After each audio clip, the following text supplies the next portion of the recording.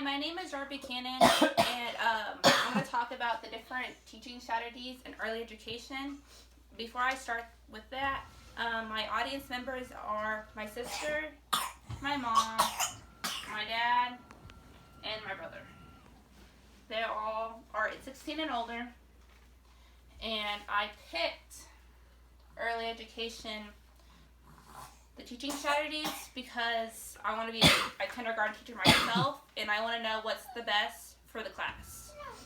I don't want just an average, I want the best for my class.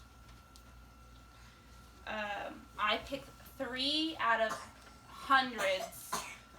I'm going to talk about each pro and each con and what they are. So let's get started. My first one I picked is logos, assembling, and labeling. It's when you take a picture and you have the child or the children look at the picture and transfer it into words. It's great for vocabulary and just kind of learning in general.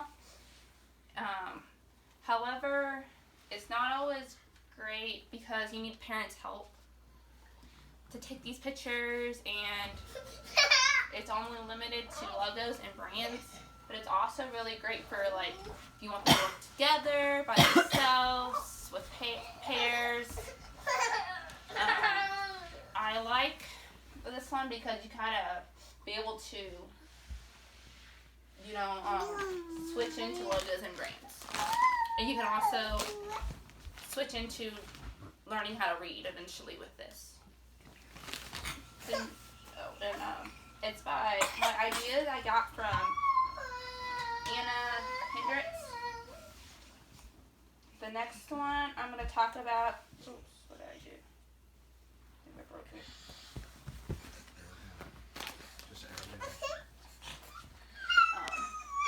Years in teaching is the next one. It's basically when your peer or the classmates teach, and when they teach each other, they learn on each other's levels, and then the teacher don't have to just lecture the whole time. The teacher presents the material, and then the students will teach each other what they learned.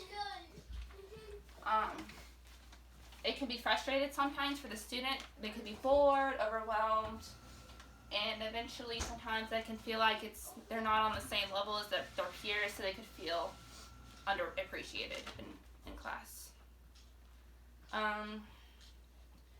This one can be also pretty hard to do with lower learning kids who have disabilities sometimes, because sometimes their IQs are different and it can make them feel inferior with the other peers.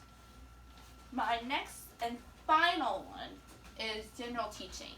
And this one is like traditional teaching is when the teacher teaches the material. He will stand in front of the class, he'll lecture the whole time, and it's not always the best for little kids. I think sometimes it's harder to teach this way for younger kids, but the pros are the teacher could train the lesson as needed. They can switch the lesson plans completely if the student needs extra help, or if the kids are confused or they understand, they can go faster, slower. However, it can be often overwhelming, boring, or just not fun. It's often harder for kids, like I said, with learning disabilities. It's not always the greatest. So, you have to do it with mostly higher education, I guess, or advanced children. My citation page, I got pros and cons from Anna and school teaching, college dash, advanced and discussions, peers teaching, teaching strategies, and the different issues versus traditional teaching. However, my conclusion My favorite is the logos in the labeling because it's often easier to do, and you can also change it a little bit, and you can do it every single day for your class. You can do it just in a few minutes, or you could just do it in a couple of minutes for every day. And my least favorite one is peer teaching because not always the student can understand from the teacher nor the student, and sometimes it's not always the best. And that reason, because the student can feel inferior, and you don't want them to feel that way in your classroom. You want them to feel equal, and everyone have an equal base learning. Based on their IQ level sometimes, that's probably why they feel inferior, or just in general. But like I said, my least favorite one is the peer teaching because not always they learn on the same levels. And my favorite one, even if you need a parents helping, is the logos and that's because you could have your children learn from just a picture all the way up to the whole sentence, a whole paragraph, and it can go on and on.